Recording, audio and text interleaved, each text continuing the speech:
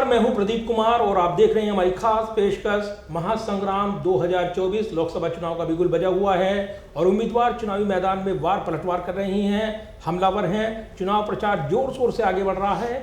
दिल्ली में छठे चरण में मतदान होना है 25 मई को और उम्मीदवार पूरी तरीके से चुनाव मैदान में जोर आजमाइश में उलझे हुए हैं। पश्चिमी दिल्ली सीट से बीजेपी उम्मीदवार बनाई गई हैं कमलजीत सहरावत, जो काफ़ी महत्वपूर्ण सीट है और इस सीट पर वो दांव आजमाएंगी और उनसे बात करेंगे, जानेंगे इस सीट पर क्या है हाल। स्वागत है आपका मैम, नमस्कार। धन्यवाद। और कमलजीत जी, आपसे ऐसे वक्त बात हो रही है जब चुनावी बिगुल बजा हुआ है। इस सीट पर, पश्चिमी दिल्ली की सीट पर बात करें अगर आप, तो क्या देख रहे हैं अपने लिए, क्या संभावनाएं देख रही हैं आप? पश्चिमी दिल्ली एक बहुत बड़ी लोकसभा सीट है। इसमें जोग्राफिकल डेमोग्राफिकल बहुत बड़ी भी और डिफरेंट भी है।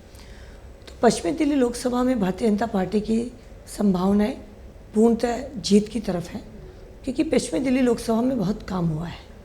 हम प्रधानमंत्री जी के कामों में 3 भागों में बांट सकते हैं। एक, प्रधानमंत्री जी ने जो काम किए, केंद्रीय सरकार ने जो काम किए देश के लिए, एक दिल्ली के लिए और एक पश्चिमी दिल्ली के लिए। तो अगर हम इस चुनाव की बात करें तो केंद्रीय सरकार के पश्चिमी दिल्ली में किए हुए काम बहुत अधिक हैं और हम ये चुनाव पिछले 10 सालों में सिर्फ हमारी लोकसभा में हुए कामों को मुख्य मुद्दा बनाकर, बाकी बात भी है लेकिन उनको मुख्य मुद्दा बनाकर हम लोगों के बीच में जा रहे हैं और लोगों का आशीर्वाद हमें मिल रहा है। इस सीट पर आपका नाम अचानक आया और आपको उम्मीदवार बना दिया गया। कमलजीत सहरावत का जैसे ही नाम अनाउंस हुआ सब लोग चौंक गए, कौन है कमलजीत सहरावत? ये जो नाम आया है आपका, आप खुद हैरान थी। क्या आपकी पहली प्रतिक्रिया रही जब नाम अनाउंस हुआ? मैं 2 बातें कहना चाहूँगी इसमें। पहली बात, लोकसभा का टिकट मैं पहली बार लड़ रही हूँ, लेकिन मैं दिल्ली की मेयर रही हूँ। मैं दिल्ली भारतीय जनता पार्टी प्रदेश टीम के अंदर मैं 3 बार मंत्री रही, उपाध्यक्ष रही, महिला मोर्चा अध्यक्ष रही, महामंत्री रही और मेयर रही, लीडर ऑफ हाउस रही, स्टैंडिंग कमेटी मेंबर रही, 2 बार चुनाव लड़ा है। तो नाम लोकसभा के लिए नया हो सकता है, लेकिन अपने क्षेत्र में अगर आप पश्चिमी दिल्ली और साउथ दिल्ली की बात करेंगे तो मैं बहुत सालों से वर्किंग हूँ। संगठन के साथ मैंने सत्ता में, जैसे मेयर, लीडर ऑफ हाउस से मैंने काम किया है। रही बात आपने कहा कि मुझे कैसे लगा, तो भारतीय जनता पार्टी में कोई भी कार्यकर्ता जिसको ये जिम्मेवारी दी जाएगी वो बहुत अपने आप को आशीर्वाद पाया हुआ ही महसूस करेगा। और वही भावना मेरी थी कि प्रधानमंत्री जी ने मुझ पर विश्वास जताया, मेरा केंद्रीय नेतृत्व मेरे नाम को घोषणा कर रहा है, तो मुझे इसमें बहुत उनके प्रति आभार और खुशी की भावना रही। उवैस साहिब सिंह वर्मा, उनको टिकट नहीं मिला, टिकट कट गया ये कहेंगे हम, और आपका नाम अनाउंस हो गया। आपने बताया कि दक्षिणी दिल्ली से मेयर रही हैं आपने मटियाला सीट पर चुनाव भी लड़ा, आपने कई पद संभाले हैं। तो क्या यही वजह रही आपको चुना गया? एंटी इनकम्बेंसी फैक्टर था, इसलिए प्रवेश साहिब सिंह वर्मा को दोबारा मौका नहीं मिला इस सीट पर? ये तमाम सवाल हैं। एंटी इनकम्बेंसी फैक्टर की तो कोई ऐसी बात नहीं है कि परवेश जी ने अच्छा काम किया था 10 साल में, लेकिन कुछ इक्वेशंस बनती हैं। जैसे कि नारी शक्ति वंदन प्रधानमंत्री जी ने पेश किया कि हम 2029 को उसको लागू करेंगे। जब उन्होंने टेबल पर किया, उसी टाइम पर कांग्रेस से सोनिया गांधी जी ने कहा कि आप इसको अभी लागू कर दीजिए। तो ये बातें जो होती हैं, ये कहीं ना कहीं आपको रैंडम प्रूफ देना पड़ता है कि हाँ, हम इस चीज़ के लिए मेंटली तैयार हैं। तो दिल्ली से 2 टिकट देकर नारी शक्ति वंदन अधिनियम को एक तरह से समर्थन दिया गया कि ये जरूरी है, होगा, होना चाहिए। तो ये एक अधिनियम इसका एक कारण हो सकता है। दूसरी बात, पार्टी में सत्ता और संगठन में परिवर्तन चलता रहता है। दोनों के अंदर आपस में कोई बहुत बड़ा फर्क नहीं है, बल्कि भारतीय जनता पार्टी में तो सत्ता से बड़ा संगठन है। प्रधानमंत्री नरेंद्र मोदी जी खुद बहुत लंबा समय संगठन में रहकर आए, तो इसमें टिकट काटना वर्ड गलत है।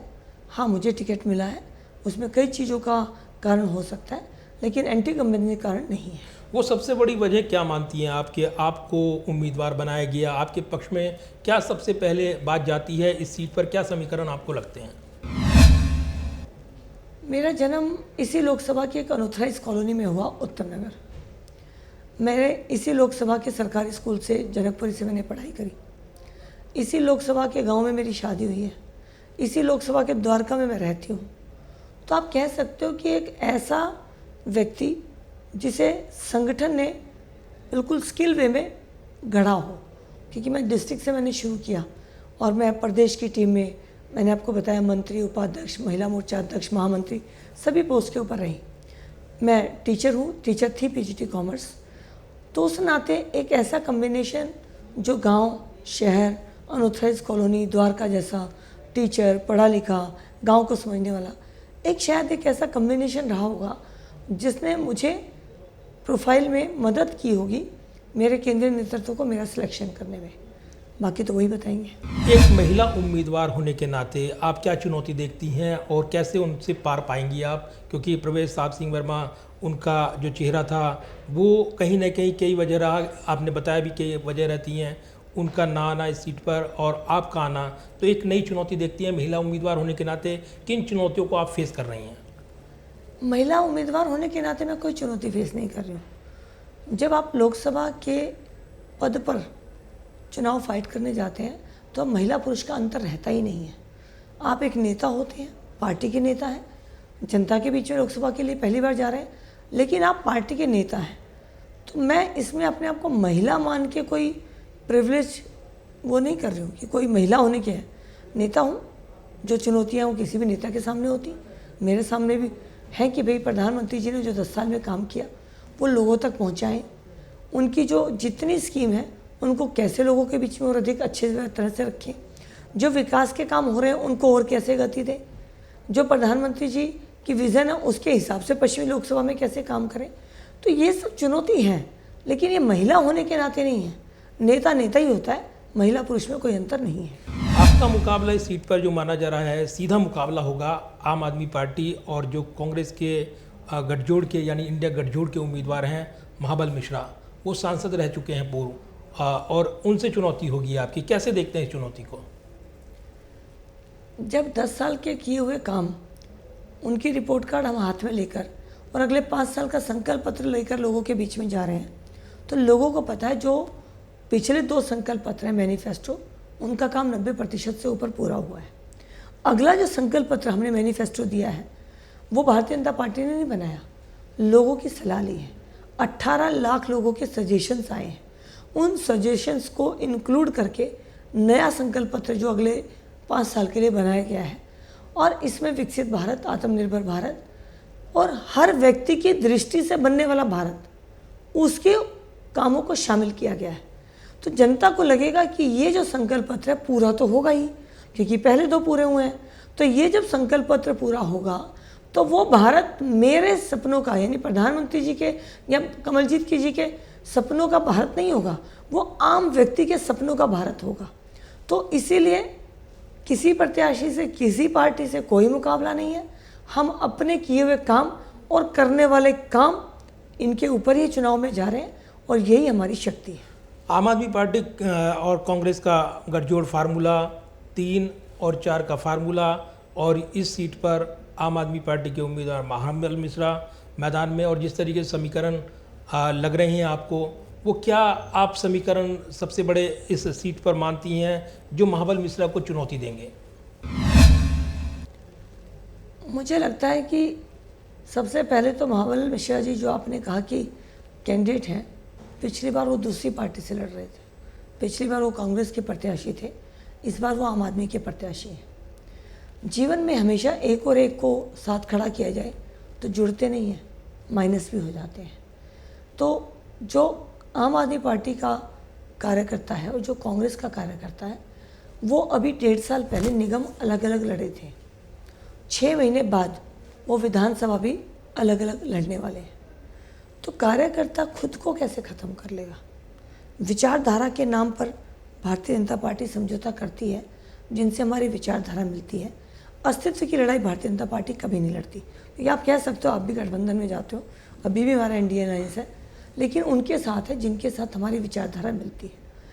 यहाँ पर कांग्रेस का राज था।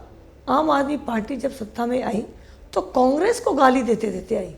शीला दीक्षित जी की डायरी है, गठबंधन नहीं करेंगे, राजनीति नहीं करेंगे, इनके साथ हाथ नहीं मिलाएंगे, और आज हाथ मिलाकर खड़े हैं। तो मुझे लगता है दोनों ही पार्टी के कार्यकर्ता खुद को ठगा हुआ महसूस करेंगे और आपस में वो एक हो ही नहीं सकते, क्योंकि वो 6 महीने बाद फिर उनको अलग होना है, खुद की लड़ाई लड़नी है।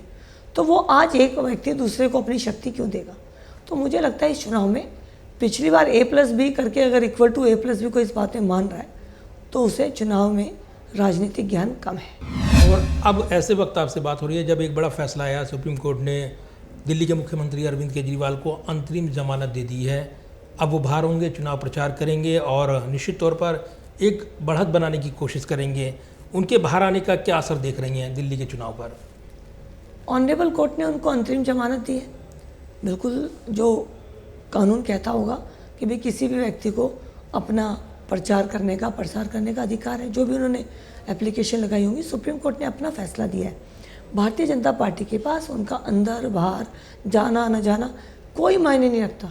मैंने अभी आपको बताया, हम विपक्ष के नाम पर चुनाव लड़ ही नहीं रहे हैं। उन्होंने किया था, वो गए हैं। कोर्ट को लगा इंटरिम जमानत देनी चाहिए, दोबारा उनको जेल जाना है, वो होगा। तो हमारा प्रभाव कुछ नहीं पड़ रहा उनके आने या जाने से, ना जाने से पड़ रहा था ना आने से। लोगों की कैलकुलेशन हो सकती है। हम पिछली बार भी दिल्ली में पश्चिमी लोकसभा से 60% वोटों से जीते हैं।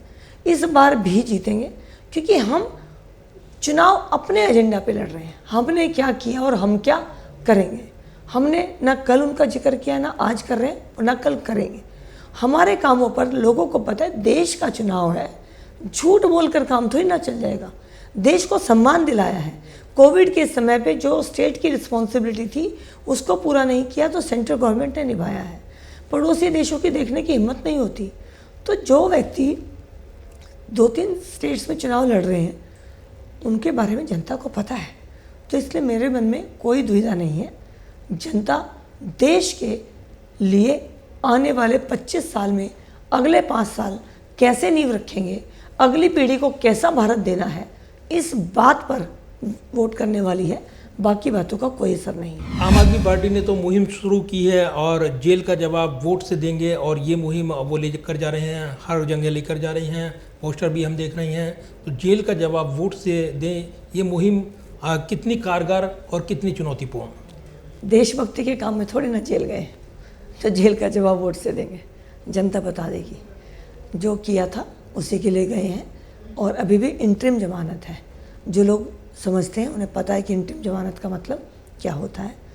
तो जब बात है वो कैसा भी जवाब दे लें, जनता क्लियर है कि उन्हें किसे वोट देना है। देश किसके हाथों में सुरक्षित है, कौन सी पार्टी देश को आगे बढ़ाने के लिए अपने विज़न को लेकर 1951 से आज तक काम कर रही है, कौन सी पार्टियां अवसरवादी हैं और अपने आज अस्तित्व के सवाल आने पर एक दूसरे से विपरीत होते हुए भी जुड़ गई हैं। जनता है, सब जानती है। पश्चिमी दिल्ली सीट के वो कौन से चुनावी मुद्दे हैं, स्थानीय मुद्दे, जो राष्ट्रीय मुद्दों से अलग हटकर हैं और जो आपके जहन में हैं, जिनको लेकर आप जनता के बीच जा रही हैं, बदलाव का मैसेज दे रही हैं या ये वादे कर रही हैं कि हाँ, मेरे आने के बाद ये परिवर्तन, ये विजन मेरा पहला होगा? पश्चिमी दिल्ली लोकसभा बहुत बड़ी एक लोकसभा है। इसके अंदर गांव आते हैं, कॉलोनीज आती हैं, ऑथराइज अनऑथराइज दोनों, और फिर शहरी क्षेत्र आता है जैसे द्वारका, जनकपुरी, विकासपुरी, कुछ जे भी है। तो इन चारों सेगमेंट के लिए हमने अलग अलग ब्लूप्रिंट तैयार किया है। सबसे पहले गांव और कॉलोनी में, जो अनऑथराइज कॉलोनी है, वहाँ पर जो भी ज़मीन ग्राम सभा की या DDA की खाली होगी, हम उसके ऊपर पार्क्स, बढ़िया एक अच्छे लेवल के स्पोर्ट्स की फैसिलिटी या कम्युनिटी हॉल डेवलप करेंगे ताकि गांव और कॉलोनी के अंदर भी वही सुविधा मिल पाए जो शहरों में मिलती है। कॉलोनीज़ के अंदर हम उनका इंफ्रास्ट्रक्चर और बेटर हो, उनकी समस्याओं का रिड्रेसल हो, इस बात के लिए हम कोशिश करेंगे। जे क्लस्टर में जहाँ झुग्गियाँ हैं उनको मकान दिलाना, बाकी जो हमारी गवर्नमेंट की सुविधा उनको दिलाने की कोशिश करेंगे। और जो एक हमारा सेक्टर है, वो बड़ी बात है कि प्रधानमंत्री जी ने बहुत योजनाएं देश के युवा, गरीब, महिला, किसानों के लिए चलाई हैं। उनकी बहुत सी योजनाओं के बारे में जनता को पता नहीं होता, जैसे कि उज्ज्वला योजना, बहनों को गैस सिलेंडर और चूल्हे फ्री में मिले हैं।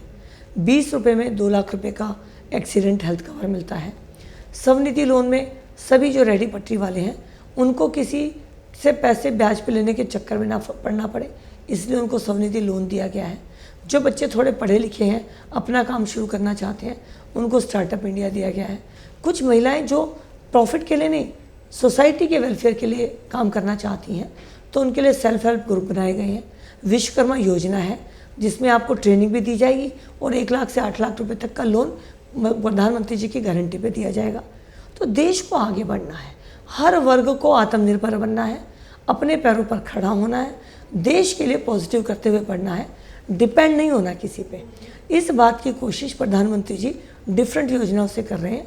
हम भी उस काम को आगे बढ़ाएंगे और देश के अपने इन वर्गों के लिए काम करेंगे। राष्ट्रीय मुद्दों की भरमार है। प्रधानमंत्री नरेंद्र मोदी जो चुनाव प्रचार कर रहे हैं, आपके जो स्टार प्रचारक मैदान में हैं अलग अलग जगह, और ख़ासतौर से प्रधानमंत्री मोदी की बात करें, उनको प्रधानमंत्री बनने के लिए चुनाव मुकाबला और उसके लिए आपकी उम्मीदवारी काफ़ी महत्वपूर्ण है। तो राष्ट्रीय मुद्दे क्या असर डाल रही हैं इस सीट पर? अगर देखें उनका फ़ायदा आपको मिलेगा क्या? राजनीतिक मुद्दे देश का जब चुनाव होता है तो फ़र्क डालते ही हैं। आज देश जिस सबसे सुरक्षित हुआ है, लोगों को नज़र आता है। आज देश का जो सम्मान बढ़ा है, आप रशिया यूक्रेन के झगड़े में से भारत के बच्चों को ले आते हो, आप अफ़गानिस्तान के गृह युद्ध की ऐसी स्थिति में से भारतीयों को सुरक्षित निकाल लेते हैं। आज अगर पुलवामा होता है तो 26 फरवरी को 14 फरवरी के बाद सीधा एयर स्ट्राइक हो जाती है। आज विंग कमांडर अभिनंदन भारत सुरक्षित वापस आ जाता है। आज जो हमारे लोगों को फांसी 9 लोगों को हो जाती है यूएई के अंदर, वहाँ से वो सुरक्षित आ जाते हैं। आज देश स्वदेशी की तरफ चला है। आज देश के अंदर Vande Bharat train, covid vaccine, PP kit, न जाने कितनी ही चीज़ें देश के अंदर बनने लगी हैं। ये सब राष्ट्रीय मुद्दे हैं। आज देश चांद पर पहुंचा है, साउथ पोल में जाने वाला पहला और चांद पर जाने वाला चौथा देश बना है। ये सम्मान देश के लोग महसूस करते हैं। देश का अगर प्रधानमंत्री किसी देश पे जाता है और वहाँ पे हाउडी मोदी के नारे लगते हैं तो देश का नागरिक खुद को सम्मानित महसूस करता है। अगर युवाओं और महिलाओं को कहा जाता है कि नौकरी लेने वाले नहीं, नौकरी देने वाले बनो, बिना गारंटी के लोन लो और काम शुरू करो, तो देश अपने आप को भाग्यशाली महसूस करता है। तो जो नेशनल मुद्दे हैं उनके साथ में लोकल मुद्दे, जैसे कि मैं अपने एरिया की बात करूं, हमारे यहाँ पे Dwarka express way, urban extension road, sports complex, नए रोड का बनना, और जो हमारी लोकसभा में लोग रहते हैं उनको स्वनिधि, उज्ज्वला योजना और अनेक ऐसी योजनाओं का मिलना अपने आप में जनता का विश्वास भारतीय जनता पार्टी पर बनाता है। और अगर देखें तो हम इस पूरे चुनावी मुकाबले में जिस तरीके से मुद्दों की भरमार है और चुनावी मुद्दों में जो बयानबाजी हो रही है, जिस तरीके से चुनावी मुकाबला ये चल रहा है, इस पूरे मुकाबले में लगातार जो हैं तमाम उतार चढ़ाव देखने को मिल रहे हैं।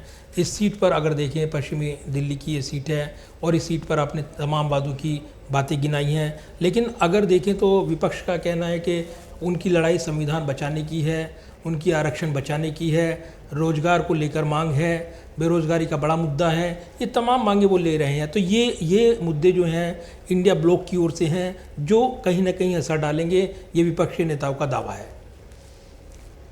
इतने सारे दलों को एक होना पड़ गया, वो दल जो राजनीति ही एक दूसरे के खिलाफ करते हैं, अगर वो एक साथ खड़े हैं तो भारत की रक्षा के लिए तो नहीं खड़े हैं। भारत की रक्षा तो भारत के लोग कर सकते थे। अगर लोगों को लगता कि प्रधानमंत्री जी और उनके केंद्रीय नेतृत्व ने गलत फैसले लिए हैं तो उन्हें गठबंधन क्यों बनाना पड़ा?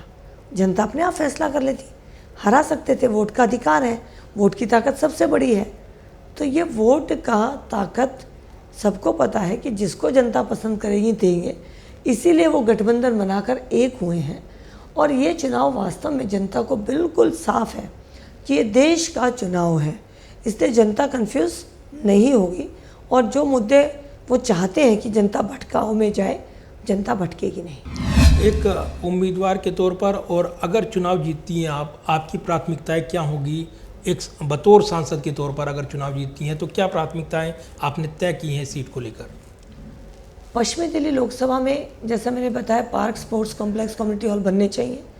मेट्रो की कनेक्टिविटी बढ़ाने की आवश्यकता है। नजफगढ़ से नांगलोई ये पैच अगर बन जाएगा तो बहुत हमारी थिकली पॉपुलेटेड कॉलोनीज़ हैं, उनको बहुत बेनिफिट मिलेगा। इसी तरह नजफगढ़ तक अभी मेट्रो जाती है। नजफगढ़ से अगर ढांसा बॉर्डर तक जाएगी तो वहाँ पर रहने वाले युवाओं को ट्यूशन्स आने में, जॉब पे जाने में, कहीं पर भी आने जाने में दिक्कत नहीं रहेगी, क्योंकि मेट्रो सबसे सेफ़ है और कन्वीनियंट है। तो मेट्रो की कनेक्टिविटी नांगलोई तक नजफगढ़ से और नजफगढ़ से ढांसा गांव तक होनी चाहिए, ये भी एक प्रायोरिटी है। जो मेन हमारा रोड है, लक्ष्य नजफगढ़ रोड जिसको कहते हैं, शिवाजी रोड, राजा गार्डन से लेकर नजफगढ़ तक है, ये जाम से फ्री होना चाहिए। इस सभी स्टेक होल्डर को बिठाकर इसके ऊपर राय लेकर एक योजना बननी चाहिए। फिर जो हमारे बाकी योजनाएं हैं उनके बारे में सर्विस सेंटर्स एरिया के अंदर खुलने चाहिए, ताकि लोग आकर पूछ पाएँ कि हमारे लिए कौन सी स्कीम गवर्नमेंट की एप्लीकेबल हो सकती है, हम उनको बताएं और उनको फॉर्म भरने में हेल्प करें और उनको मदद दिलवाएं। एक महिला होने के नाते, महिलाओं की परेशानी समझने के नाते, महिला उम्मीदवारों से क्या बड़ा चुनावी वादा आप कर रही हैं? मैं महिला अपनी जो वोटर्स हैं उनको एक ही बात कह रही हूँ कि आपको मुझसे कभी दूरी महसूस नहीं होगी। आप जो भी बात कहना चाहते हैं, करना चाहते हैं, एक फ़ोन उठाइएगा, कर लीजिएगा। आपको हेजिटेट करने की ज़रूरत नहीं है। उनको अपनी भागीदारी महसूस होगी। उन्हें लगेगा कि जो लोकसभा का सांसद है वो ऐसा नहीं है कि जिसको दूर से देखना है, वो उनको कांटेक्ट कर सकती हैं, फ़ोन कर सकती हैं, मिल सकती हैं। तो मैं महिलाओं में यही भावना जगाने की कोशिश कर रही हूँ कि मैं आपके बीच की हूँ, आपके साथ में थी, अब भी साथ में हूँ। तो जब जी चाहे आप किसी भी समस्या पे कोई सुझाव, कोई चिंता, कोई क्रिटिसिज्म, जो भी है आपके मन में, वो बता सकते हैं और मैं उसको सुनूंगी और उस पर काम करूँगी। जो पूरी दिल्ली की बात करें, दिल्ली में पिछली बार 7 सीटों पर बीजेपी की जीत हुई थी और इस बार जो टिकट में बदलाव हुए हैं, केवल मनोज तिवारी को छोड़कर बाकी सब चेहरे बदल दिए गए। आपको लगता है इसका फ़ायदा होगा, नुकसान होगा? पार्टी में चेहरे बदलना, हमारी तो भाजपा की बात कर रहे हैं, झाड़ू पार्टी के तो हारे हुए बदल दिए हैं। तो चेहरों का बदलाव किसी भी संगठन का एक रोज़मर्रा का उसका एक डिसीजन होता है। तो इसलिए मुझे लगता नहीं कि चेहरे बदलने वाली बात से कोई फ़र्क पड़ रहा है। और भारतीय जनता पार्टी 10 साल के काम और 5 साल के संकल्प पत्र पर जा रही है। तो लोगों को लोग खुद बताते हैं, हाँ हमें ये योजना मिली है, हाँ हमारे बच्चों में कॉन्फिडेंस आया है। बसें जो फ्री में चल रही हैं वो बसें केंद्रीय सरकार ने दी है।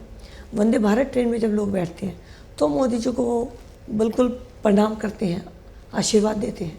जब द्वारका एक्सप्रेस वे पर चलते हैं, मुंबई एक्सप्रेस वे पर चलते हैं, तो वो अपना आशीर्वाद देते हैं। तो प्रधानमंत्री जी के नेतृत्व में केंद्रीय सरकार और भारतीय जनता पार्टी का दल बहुत अच्छा काम कर रहा है। जनता का समर्थन हमें मिलेगा। इंटरव्यू के आखिरी पड़ाव पे हम और आपसे ये सवाल जरूर पूछेंगे। आप रूबरू हैं, सीधे संवाद कर रही हैं अपनी जनता से, क्या मैसेज देना चाहेंगी आप? मेरा क्षेत्र की जनता से हाथ जोड़कर निवेदन है कि चुनाव में वोट का अधिकार बहुत महत्वपूर्ण अधिकार है। इस अधिकार के लिए ही हमारे देश के शहीदों ने अपनी जान दे दी। हमें अगर आज ये अधिकार मिला है, हम इसका सदुपयोग करें। चुनाव देने से पहले जो भी कैंडिडेट हैं उनकी पार्टी, उनके बारे में पूरा पढ़ें, समझें, फिर वोट का फैसला लें। और जो फैसला लें वो देश हित में, आगे आने वाली जनसंख्या जो हमारी पीढ़ी है उसके भविष्य के लिए लें और वोट जरूर करें। बहुत बहुत धन्यवाद बात करने के लिए टोटल न्यूज़ के साथ, आपका शुक्रिया। ये थी कमलजीत सहरावत, जो कि पश्चिमी दिल्ली सीट है, वेस्ट दिल्ली सीट है, उससे बीजेपी उम्मीदवार हैं। लोकसभा चुनाव में पहली बार मुकाबला लड़ रही हैं, क्योंकि यहाँ पर चेहरा बदला गया है। ऐसे में कमलजीत सहरावत जो ज़मीनी कार्यकर्ता रही हैं बीजेपी की, कई महत्वपूर्ण पदों पर उन्होंने काम किया है और कई महत्वपूर्ण पदों पर काम करते हुए उन्होंने अपनी छाप छोड़ी है। यही वजह है कि उनको बीजेपी ने उम्मीदवार बनाया है और ऐसे में उनकी बड़ी परीक्षा है लोकसभा चुनाव को लेकर। ऐसे में नजरें लगी हैं, फैसला जनता जनार्दन को करना है। आज इस खास एपिसोड में बस इतना ही। अगली बार फिर मिलेंगे किसी खास शख्सियत के साथ। आप बने रहिए टोटल न्यूज़ के साथ। मुझे दीजिए मेरी टीम के साथ इजाज़त। नमस्कार।